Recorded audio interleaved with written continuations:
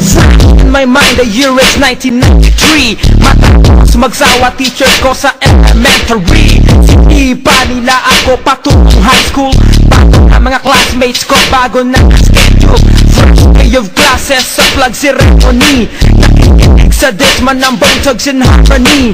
And here comes dumadating mga seniority. Sabay bago kong polo, what is my G?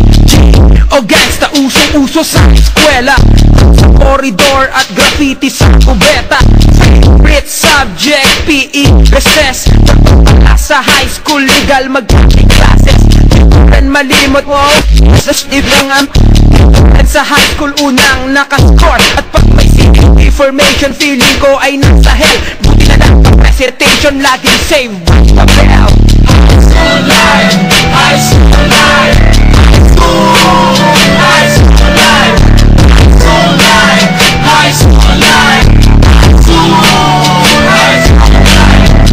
school life, high school life, high school life, high school life, high school life, high school life. Dating na lang late, ang dami ko ng absent. Minsan nang pumasok, wala pa akong assignment. Sa aking pag-aaral, di masyadong dedicated. Mas okay maglakwatsa o manood ng X-rated movie, mag-arcade o mag-stroke sa mall. Sa apat na taon, hindi man lang nag-overall. Sa school, sa bahay, hindi ka maka-epal. Pero na naman, sabi ng aming principal sa Twitter yung medical test. Para akong may stress, kailangan lecture, manghiram pa isa mess. Magsipin pa ng yosi para makapag-relax. Walang pinasa, pati values ko pagsa.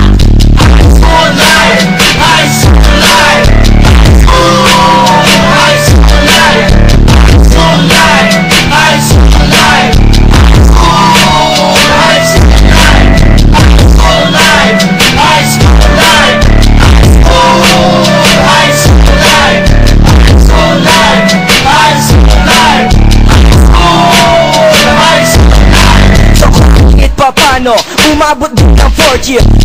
Makagraduate parang di ko mag-fail. Walang pinag-iba, parang walang pinagbabago. Or pa rin, lugar ng matagago. Okay na concentrate kung katabi ko basuhan. At pag tinakas ka, cleaner ka pa na sa one. Pagsabihin lahat ng mga academic subject. At aking kong pag-asa'y mabigyan ng special budget. Kailangan pagsumikap para makabawi ka. Kaya tuto, ayokong magbaka sakali. At sakaling bigyan ng pagkakataon, magiging ng supremo sa isang taon. High school life, high school life.